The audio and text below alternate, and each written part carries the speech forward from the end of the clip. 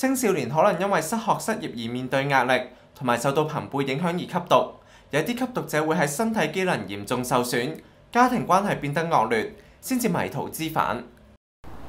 初初自己以為控制到嘅，一直都以為控制到毒品可食可唔食，但係後尾逐漸係去令到自己嘅身體越嚟越差，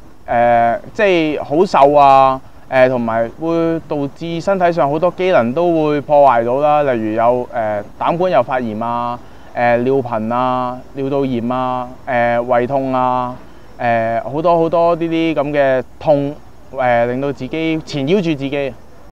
本港現時共有40間自願戒毒院舍，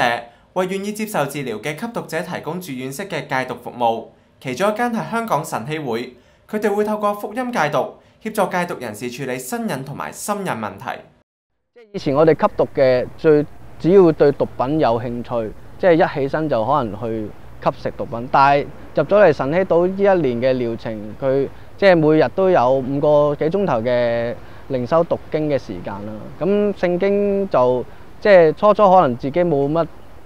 扎根嘅，但係咁完善嘅時間就令到自己唔多唔少都去追求咯，就令到我有啲積極嘅改變啊，令到個價值係即係唔需要再揾呢個毒品去幫自己去做一個依靠，因為而家有個信仰去依靠咯。我哋成功率好高㗎，主要我都講咗啦，我哋好着重個心癮，唔係話淨係甩咗個身癮，心嘅癮甩咗呢。我哋有宗教喺佢個心裏邊，有一個無名嘅力量、超然嘅力量嚟到幫助佢哋成功。仲有我哋最緊要，我哋都同家人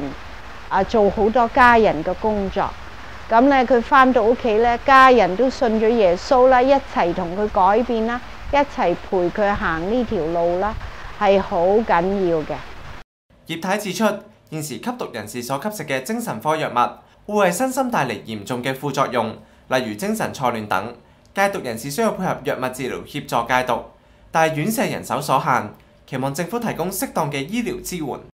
事實上，一啲戒毒院舍成效好高，社聯希望政府對仍未獲發牌照嘅戒毒院舍提供資助，同埋協助有關院舍進行改善工程，